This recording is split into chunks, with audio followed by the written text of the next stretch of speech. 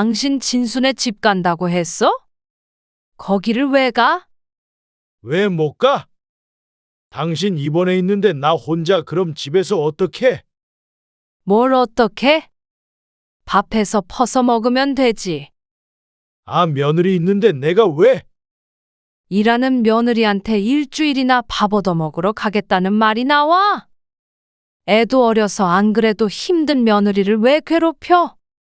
아니, 밥 좀 차려주는 게 뭐가 대수야? 점심은 내가 알아서 먹고 아침 저녁만 차려주면 되는데 아, 며느리는 오라고 그러는데 왜 당신이 난리야? 그러면 거기다 대고 안 된다고 하겠어. 차라리 집에서 지내면서 사 먹어. 돈 아깝게 뭘 사 먹어? 아니, 그리고 마누라가 아파서 병원에 입원해 있는데 그거 들여다볼 생각은 안 하고 밥 얻어 먹자고 2시간 거리 아들네에 가. 아, 이것도 안 된다, 저것도 안 된다 하면 나보고 어쩌라는 거야? 오늘 이야기 속 주인공은 67세 성효심 씨입니다. 그리고 그녀의 남편에 관한 이야기이죠.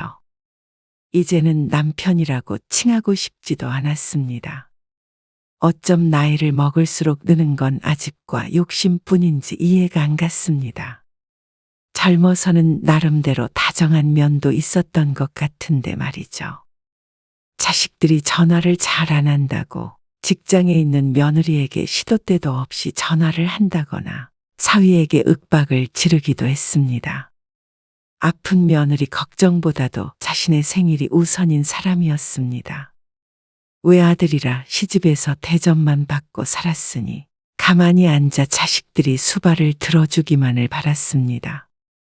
누구는 연을 끊겠다고 하고 누구는 괴로움에 하소연을 해도 송 씨는 이해할 수 있었습니다. 자식에게 베풀 줄을 모르고 오히려 괴롭히는 낙으로 사는 듯한 남편에게 질려버렸습니다.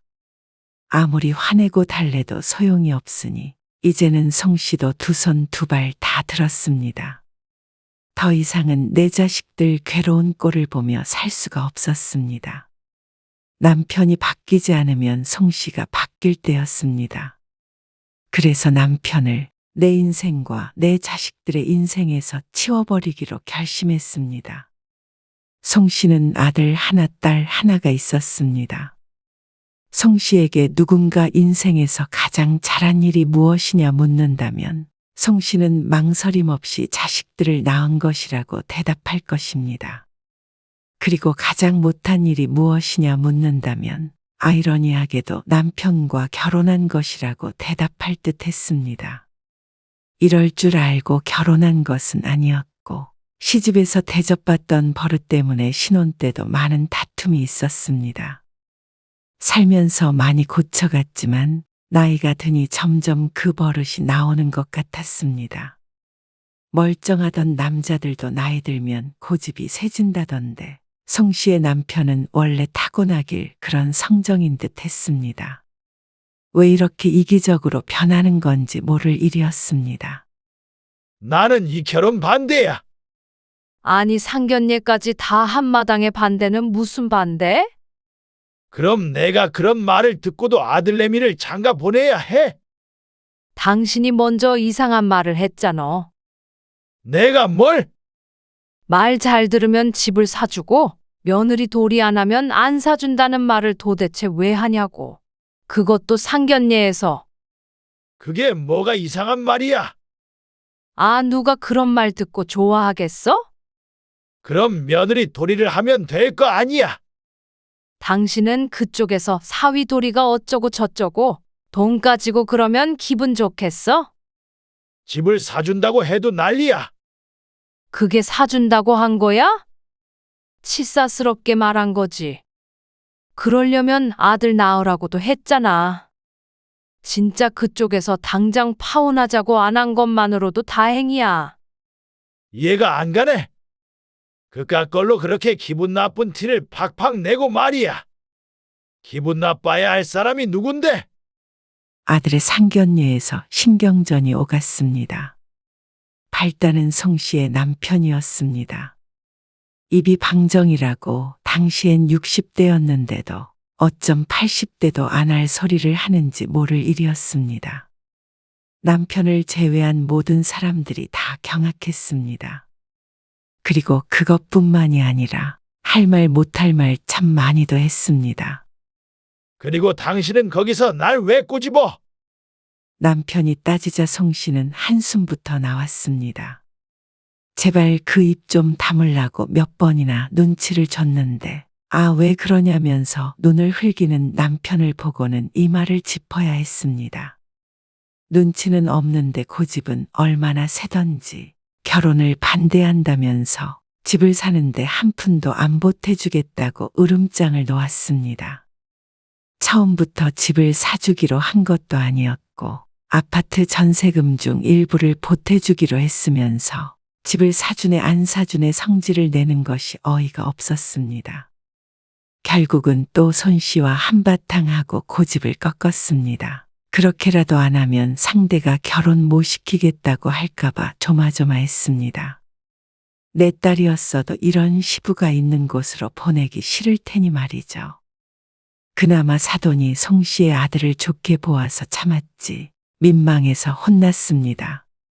그런데 그렇게 반대하겠다고 난리쳐 놓고는 막상 아들네가 결혼을 하니 아주 며느리 노래를 불렀습니다. 아니, 민영이 걔는 왜 전화를 안 해? 저번에 통화했잖아. 그게 벌써 며칠째야?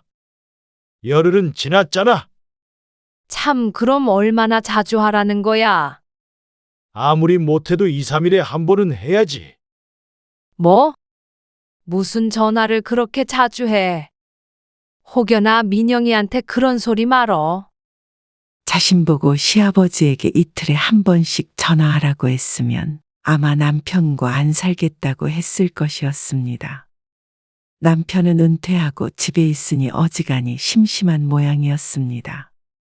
남편의 말에 혀만 차고 말았는데 행동력은 얼마나 좋은가. 그새 아들을 달달 볶은 모양이었습니다. 민영이니? 네. 별일 없으시죠? 그렇지. 근데 무슨 일 있어? 아니요, 그건 아니고. 안부 인사드릴 겸 전화드렸어요. 뜬금없이 평일 저녁에 걸려온 며느리의 전화에 의아했습니다. 별다른 용건은 없는지 서로 인사를 나누고 전화를 끊었는데 이틀 뒤에 비슷한 전화를 받았습니다. 여보세요. 네, 어머님. 식사하셨어요? 저녁 먹었지? 밥 먹었니? 네. 무슨 일이야? 아무 일 없어요. 그냥 전화드린 거예요. 식사나 하셨나 궁금해서요. 그쯤 되니 조금 이상했습니다. 혹시 진수 아빠가 전화하라 그래? 그러자 며느리는 당황한 듯 말이 없었습니다. 얘기를 들어보니 남편이 아들에게 전화해서 한 소리를 한 모양이었습니다. 며느리가 생전 전화도 안 한다며 말이죠. 그래서 며느리는 시부에게만 전화할 수도 없어 송 씨에게도 이틀 간격으로 전화를 건 것 같았습니다. 그렇게 자주 전화 안 해도 돼. 그러자 며느리는 망설였습니다. 정말 괜찮어? 그냥 생일이나 무슨 일 있을 때나 하지. 무슨 전화를 그렇게 자주 해. 너희 시아버지한테는 내가 잘 말씀드릴 테니까 부담 갖지 말어. 네.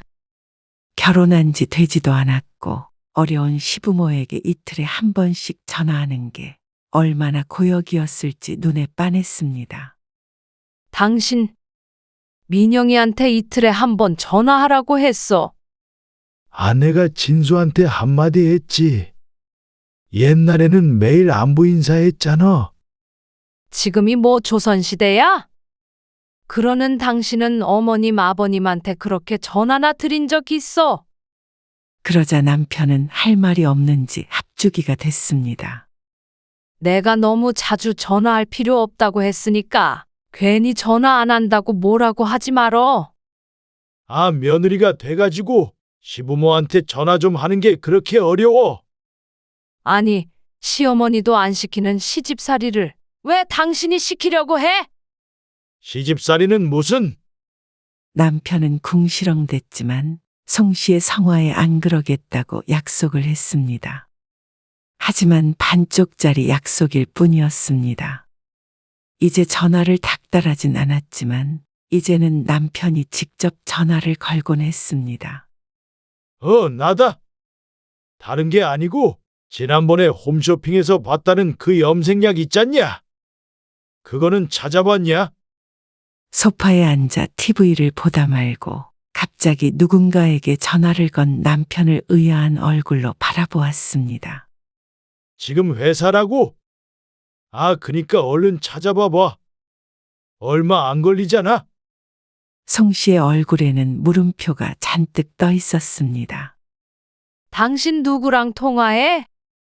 송 씨가 묻자 남편이 당연하다는 듯 태연하게 대답했습니다.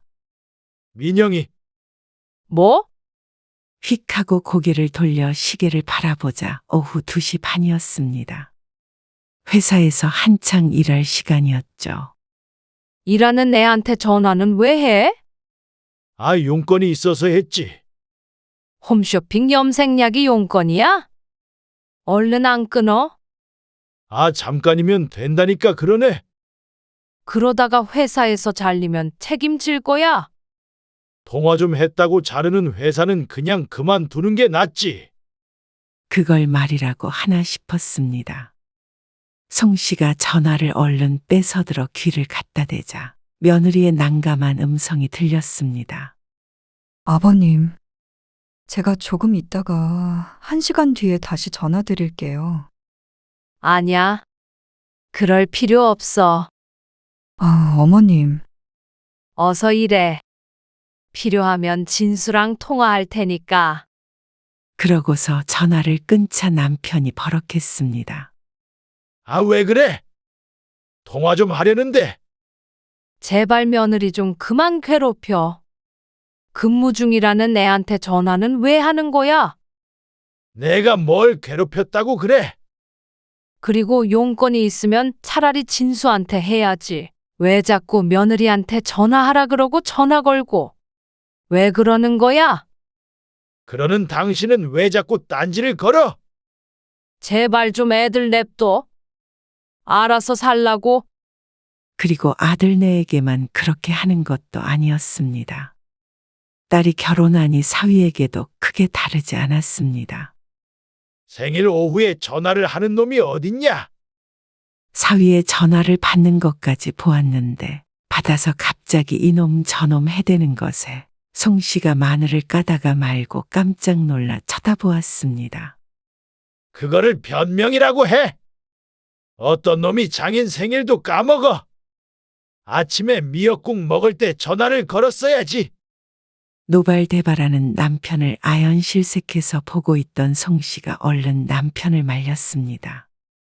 분명히 딸에게선 아침에 전화를 받았으면서 사위가 아침이 아닌 오후에 전화했다고 화내는 남편이 노망이라도 났나 싶었습니다.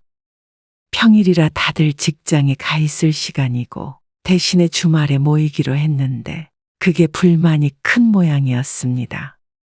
그래서 그 화풀이라를 사위에게 하는 모양이었는데 얼마나 심하게 뭐라고 해대는지 뒤이어 딸의 목소리도 들려왔습니다. 언성을 높이며 뭐라고 하는데 마지막에 다시는 연락 안 하겠다는 소리만 정확히 들을 수 있었습니다. 남편이 얼굴이 벌개져서 다시 전화를 걸었지만 그새 차단당한 상태였죠. 이것 봐. 박서방도 전화를 안 받네. 그리고 사위의 휴대폰도 더 이상 통화가 되지 않았습니다. 남편이 화를 내고 난리였는데 송 씨가 아무리 잔소리를 해도 소용이 없었습니다. 왜 사위한테 그렇게 막말을 해? 내가 진짜 동네 창피해서 살 수가 없다. 박서방이 얼마나 당신 흉을 보겠어? 자기 생각은 다 맞다고 생각하고 남이 하는 얘기는 귀담아 듣질 않았습니다. 그나마 송 씨 말은 들었지만 자식 일에 참견하는 건 꼭 하고 싶은 눈치였습니다. 다음 날 딸이 송 씨에게 전화를 해서 하소연했습니다. 아빠 도대체 왜 그러는 거야?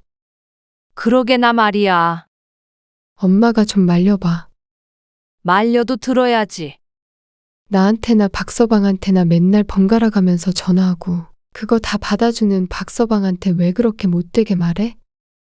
아무리 장인어른이라도 사위한테 최소한의 예의는 있어야지. 어제 잘 들리지 않았던 딸의 목소리가 아마 이런 얘기를 하고 있었던 모양이었습니다. 아무튼 박서방한테도 이제 아빠한테 전화하지 말라고 했어. 딸의 말에도 송 씨는 할 말이 없었습니다. 송 씨는 차라리 잘 됐다고 생각했습니다. 자식들하고 연락이 좀 안 돼 봐야 정신을 차릴 양반이었죠. 당신도 진아한테 전화 안 돼? 안 돼. 나도 차단했나 보지. 얼마나 못 살게 굴었으면 그래. 송 씨가 혀를 찾아 남편은 그제서야 찔끔한 표정을 지었습니다. 자식들이나 사위, 며느리가 다 착해서 참고 있었던 거지. 다른 집 같았으면 연을 끊고도 남을 것 같았습니다. 한 해 한 해 나이가 들수록 왜 이러나 싶었습니다. 그리고 어느 명절이었습니다. 세아가 일어난 김에 간장 좀 가지고 와라. 네. 잠시만요. 그리고 물도 한 잔 떠오고. 송 씨가 남편의 옆구리를 찌르며 눈치를 줬습니다. 직접 떠먹으라고 정수기를 가리키자 불편한 기색으로 마지못해 일어났습니다. 집에 자식들만 오면 그렇게 이거저라 저거저라 심부름을 시켜댔습니다. 일부러 그러는 건지 어쩐 건지. 그것 때문에 송 씨와도 결혼 생활 내내 다퉜으면서 자식들에게는 자연스럽게 시켰죠. 근데 너희는 왜 애가 안 들어서냐? 또 시작됐다 싶었습니다. 아, 병원 다니고 있어요. 뭐가 문제가 있는 거야? 그건 아니고요. 그러니까 더 젊었을 때 결혼을 했어야지. 둘 다 30대에 결혼을 해서 쉽게 애가 안 들어서는 거라고 일장연설을 시작하려는 남편의 말을 송 씨가 막았습니다. 애들이 어련히 알아서 하겠지. 안 가지려고 하는 것도 아니고 노력하고 있는데 얼른 임신이 안 되는 거면 본인들 속은 오죽할까 싶었습니다. 에휴, 나는 언제 할아버지 돼보나? 지금도 충분히 할아버지 같으니까 걱정 말어. 뭐야? 농담이야. 남편은 송 씨를 흘기며 궁시렁거렸습니다. 그러더니 며느리를 향해 말했습니다. 떡국 한 그릇 더 퍼와봐. 그 말에 송 씨가 번쩍 일어나 떡국을 냄비째로 들고 와서 식탁 위에 올려놓았습니다. 더 먹고 싶은 사람은 여기서 직접 퍼서 먹어. 그러자 남편이 또다시 못마땅한 표정을 지었습니다. 아들 며느리가 돌아가고 나자 남편이 송 씨에게 불만스럽게 말했습니다. 당신은 꼭 애들 앞에서 나한테 뭐라 그래? 위신 떨어지게. 위신은 스스로 떨어뜨리고 있네요. 애들이 당신 몸종이야? 왜 이렇게 시켜대는 거야? 자식이 부모 심부름하는 건 당연한 거 아니야? 밥도 못 먹게 이거 가지고 와라 저거 가지고 와라. 제발 좀 그러지 말어. 그리고 애 얘기도 좀 묻지 말고. 아, 궁금해서 물어본 거잖아. 궁금해도 참어. 뭐? 나이가 많아서 애가 안 들어서? 그게 할 소리야? 대단한 시험만 하셨네. 남편의 비꼬는 말에 송 씨는 그냥 고개만 절레절레 젓고 말았습니다. 송 씨도 어지간하면 자식들 앞에서 남편에게 핀잔을 주고 싶지 않았습니다. 남편의 말대로 남편도 위신이라는 게 있으니 말이죠. 하지만 도저히 한마디를 안 할 수 없게 만들었습니다. 불편해지는 자식들의 표정이 안 보이는 모양이었습니다. 이러다가 딸뿐만이 아니라 아들네도 연락하지 말고 지내자고 할 것 같았습니다. 요즘 무서운 며느리 제대로 만났으면 남편이 저렇게 할 수나 있었을까 싶었습니다. 며느리가 착한 것이 다행인지 불행인지 모를 노릇이었죠. 그리고 결혼한 지 5년 만에 며느리는 임신을 했습니다. 실험관으로 힘들게 얻은 아이였죠. 그 소식을 들은 남편은 며느리에게 칭찬을 폭풍처럼 쏟아부었습니다. 잘했다며 건강관리 잘하고 푹 쉬라는 걱정하는 말도 했습니다. 기분이 늘 들떠 있으니 아들 며느리를 괴롭히는 일도 줄었습니다. 괜히 며느리 스트레스 받으면 안 된다며 조심하는 모습까지 보였습니다. 그래서 지금 병원이야? 병원에서는 나왔고요. 집에 있어요. 계속 누워만 있어야 한대요. 민영이는 괜찮은 거야? 네. 괜찮아요.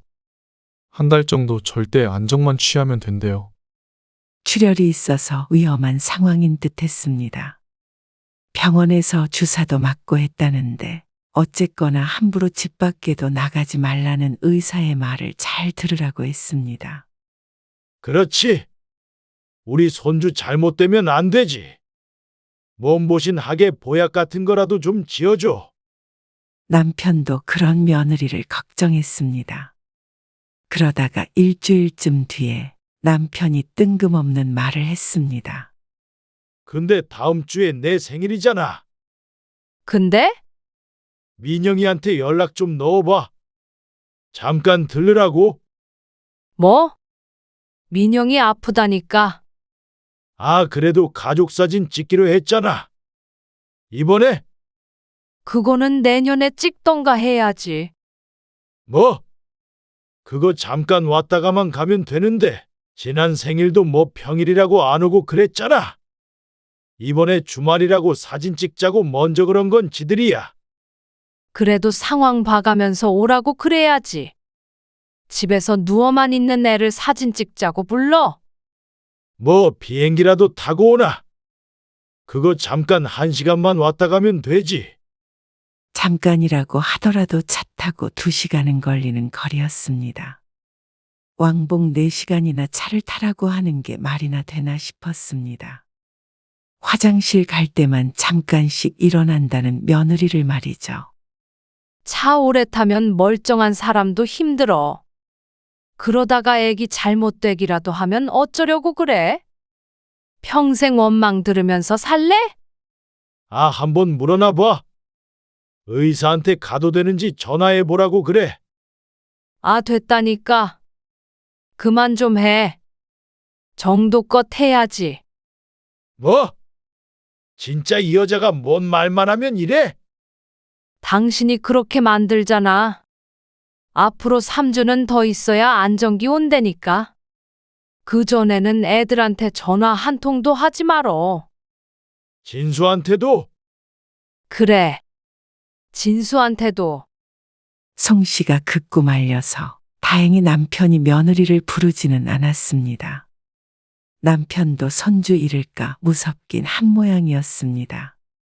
그리고 또 다행히도 며느리는 얼마 뒤에 안정기가 와서 자리에서 일어났고 해가 넘어가자 아들을 출산했습니다. 아이는 40주를 채우고 나오지 않았지만 아주 건강한 편이었습니다. 다만 며느리의 상태가 좋지 않았습니다. 출산 후에 일반 병실로 옮겨지는 게 보통인데 며느리는 집중치료실로 옮겨졌습니다. 고위험 산모를 위한 중환자실이라고 보면 된다고 했습니다. 다행히 의식이 없거나 한 것은 아니었고 산모치곤 노령이고 혈압이 높아져 임신 중독이 의심된다고 했습니다. 아이고, 민영이한테 수고했다고 전해줘라. 아들과 전화를 끊으니 옆에서 듣고 있던 남편이 말했습니다. 시율이 엄마한테 200만 원 보내줘. 200만 원? 그래. 고생했다고 그 정도는 보내줘야지. 며느리한테. 알았어. 그래도 며느리 생각을 하나 싶었는데 다음 날엔 또 입이 대빨 나와 있었습니다. 아니 걔는 어떻게 된 게 돈을 받았으면 받았다 하고 고맙다는 말도 한마디를 안 해? 중환자실에 있다는 며느리한테 무슨 전화를 바라나 싶었습니다. 진수가 고맙다고 했으니까 시율이 엄마가 한 거나 마찬가지지. 마찬가지가 어디 있어? 아, 지금 중환자실에 있대잖아. 교통사고가 난 것도 아니고 의식도 있어서 통화도 된다며. 코에 산소줄도 꼽고 있대. 그런데 남편은 기어이 아들에게 전화를 걸어서 말했습니다. 시울이 엄마 좀 바꿔봐라. 아, 할 말이 있어서 그렇지. 아, 진짜 하지 말라니까 그러네. 송 씨가 휴대폰을 가져가려 하자 남편이 막았습니다. 시울이 엄마냐? 어제 보낸 돈을 받았고. 그래, 연락이 없어서 못 받은 줄 알았지. 뭐, 진수는 진수고, 너는 너지? 내가 미친다. 얼른 끊어. 아, 가만히 있어봐. 안부 물으려는데 왜 난리야? 그래, 몸은 괜찮고. 그러게 임신했을 때 운동을 좀 했어야지. 그게 다 노산의 운동 부족 때문에 그런 거야. 둘째 때는 명심해. 송 씨의 턱이 바닥으로 뚝 떨어지는 듯 했습니다. 남편은 한두 마디 더 하고 전화를 끊었습니다. 이렇게 돈도 보내주고 그런 시아버지가 어디 있어? 의기양양해 보이는 남편을 보니 기가 막히다 못해 정이 떨어질 지경이었습니다. 당신 미쳤어? 왜 또? 아니, 아파서 병실에 누워있는 며느리한테 뭐? 노산의 운동 부족. 그게 할 말이야. 사실을 말해준 거 아니야? 나중에는 조심하라고 조언한 거고. 조언 같은 소리 안 해, 정말. 당신은 진짜 며느리도 연 끊어봐야 정신을 차릴래? 며느리 고생했다고 200만 원도 보내줬는데 왜 연을 끊어? 진짜 이상한 여자네. 남편과 송 씨는 서로를 이해하지 못했습니다. 송 씨가 며느리에게 사과하려고 전화했지만 전화는 받지 않았습니다. 애가 타는 심정이었습니다. 그냥 고생했다, 수고했다. 한마디만 하고 끊으면 되는 걸 왜 쓸데없는 말을 해서 기분을 상하게 하는지 몰랐습니다. 그리고 그날 저녁, 며느리가 시아버지가 아닌 송 씨에게 장문의 메시지를 보냈습니다. 이런 식의 메시지는 처음 받아보는 것이었습니다. 요약해보자면 너무 서운하고 마음이 아파서 더 이상은 시아버지와 연락하고 싶지 않다는 내용이었습니다. 아파서 서러운데 그런 얘기까지 들으니 눈물만 난다며 말이죠. 아들도 송 씨에게 전화를 했습니다. 저도 아버지한테 실망 많이 했어요. 평소에 말씀은 그렇게 하셨어도 그 정도로 막말을 하실 줄은 몰랐어요. 엄마가 미안해. 전화를 못하게 했어야 했는데. 엄마 고생하시는 거 알죠? 아빠 그러실 때마다 화병 나시는 것도 알고요. 근데 그건 별개로 저도 민영이도 이번 일로 상처 많이 받아서 당분간은 연락 못 드리고 지낼 것 같아요. 죄송해요. 송 씨는 잠시 침묵했습니다. 이제 막 태어난 손주도 궁금했고 아직도 병실에 누워있을 며느리의 상태도 걱정이 됐습니다. 그런데 어쩌면 송 씨 부부가 아들네 인생에서 한 발짝 물러나주는 게 도와주는 길인 것 같았습니다. 아버지 혼자 감당하셔야 할 엄마가 걱정되긴 하는데 저도 제 가족 챙겨야 되니까요. 그래. 무슨 말인지 안다. 200만 원 다시 아버지 통장으로 넣었어요. 안 받을게요. 그래. 시울이 엄마 옆에서 잘 챙겨줘. 몸도 마음도 힘들 텐데. 네. 그렇게 전화를 끊고는 송 씨가 며느리 계좌로 300만 원을 넣었습니다. 그리고 메시지도 함께 보냈습니다. 이건 시아버지가 아니라 내가 주는 거야. 몸조리 잘해. 답장은 오지 않았지만 300만 원도 되돌아오지 않아서 안심했습니다. 당신은 애들이 애 안 보여줘도 서운하다고 하지 마. 그러자 남편은 난리가 났습니다. 어떻게 이럴 수가 있냐. 배은망덕한 것들. 내 손주를 내가 왜 못 보냐. 노발대발했지만 딸내 부부처럼 아들네도 전화를 받지 않았습니다. 송 씨도 차단당한 척은 했지만 간간히 연락은 왔습니다. 그리고 남편에겐 그 사실을 숨겼습니다. 알아보았자 또 열불을 낼 테니 말이죠. 그렇게 거진 2년 정도를 아들, 딸과 연락을 끊고 살았습니다. 그런데 부모 자식 사이라는 것이 그렇게 무자르듯이 잘릴 수 있는 사이는 아니었습니다. 마음 약한 자식들이 아버지 칠순이라며 지난해 연락을 해왔습니다. 아무래도 나이가 드는 부모와 연을 끊고 사는 게 죄책감이 느껴진 듯 했습니다. 아들과 딸이 서로 약속이라도 한 듯이 다시 전화를 했죠. 남편도 많이 누그러진 반응을 보였습니다. 한번 자식이 들고 일어나니 조심스러운 기색이었습니다. 이젠 좀 자식들 생각 좀 하면서 살자. 애들만 행복하면 되지. 우리 챙겨주길 바라지 말고. 알았지? 아, 알았어. 불만 가득한 목소리를 했지만 이제는 좀 다를 거라고 생각했습니다. 그리고 달라졌습니다. 자식들에게 꼭 필요한 일이 있으면 연락하지 않았고 며느리나 사위한테도 따로 전화하지 않았습니다. 그런데 물론 한 반년 정도만 그럴 뿐이었습니다. 일주일간 입원을 해야 한다고? 그렇대. 배가 살살 아파서 체했나 했더니 위험이라네. 입원 치료해야 할 정도래. 수액 맞아야 한대. 송 씨는 가벼운 마음으로 병원에 들렀다가 입원을 하게 됐습니다. 의사가 일주일 정도 봐야 할 것 같다고 했습니다. 애들한테는 말하지 말고 일단 당신만 병원으로 와. 보호자 있어야 되니까. 알았어. 수술을 하는 것도 아닌데 혹시라도 전화해서 바쁜 자식들 오가게 만들까 싶어서 연락을 하지 말라고 했습니다. 빠르면 3, 4일 만에 퇴원할 수도 있다고 하니 별거 아니라고 생각했습니다. 남편이 와서 입원 수속을 하고 병실에 있는데 전화가 왔습니다. 엄마, 저예요. 무슨 일이야? 아버지랑 같이 계세요. 아니, 잠깐 어디 갔는데 왜? 엄마, 아버지가 엄마 입원해 계신 일주일 동안 저희 집에 와서 지내시겠다는데요. 뭐? 말하지 말라니까 그새 전화를 한 모양이었습니다. 그것도 그냥 알린 것도 아니고 민폐를 끼치겠다고 선언까지 했습니다. 너희 집에서 왜 지내? 혼자 밥 못 챙겨 드신다고요. 아이고 두야 소리가 절로 나왔습니다. 이 인간이 드디어 실성을 했나 싶었습니다.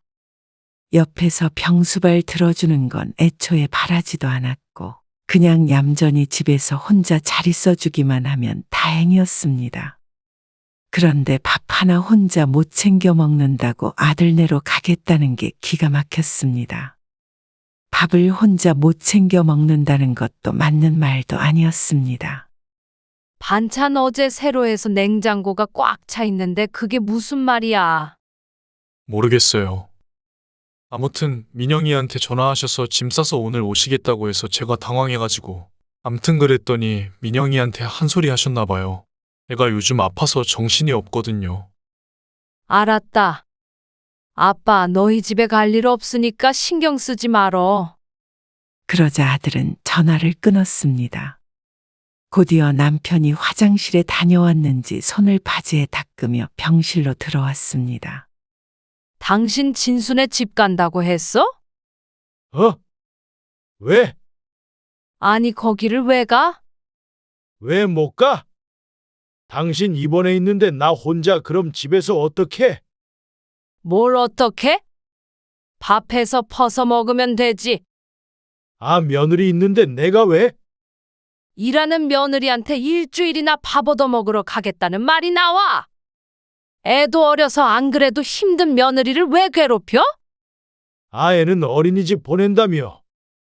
일하려고 어쩔 수 없이 어린애를 보낸 거지. 근데 시아버지 수발 들라고 하면 쓰겠어? 아니, 밥 좀 차려주는 게 뭐가 대수야? 점심은 내가 알아서 먹고 아침, 저녁만 차려주면 되는데. 점심에 알아서 먹을 수 있으면 아침, 저녁도 집에서 알아서 먹으면 되잖아. 아, 며느리는 오라고 그러는데 왜 당신이 난리야? 그러면 거기다 대고 안 된다고 해? 차라리 집에서 지내면서 사 먹어. 돈 아깝게 뭘 사 먹어? 송 씨가 남편의 말에 가슴을 치며 말했습니다. 아니, 마누라가 아파서 병원에 입원해 있는데 그거 들여다볼 생각은 안 하고. 밥 얻어 먹자고 2시간 거리 아들네 애가. 그러자 남편은 잠깐 생각하더니 또 입을 열었습니다.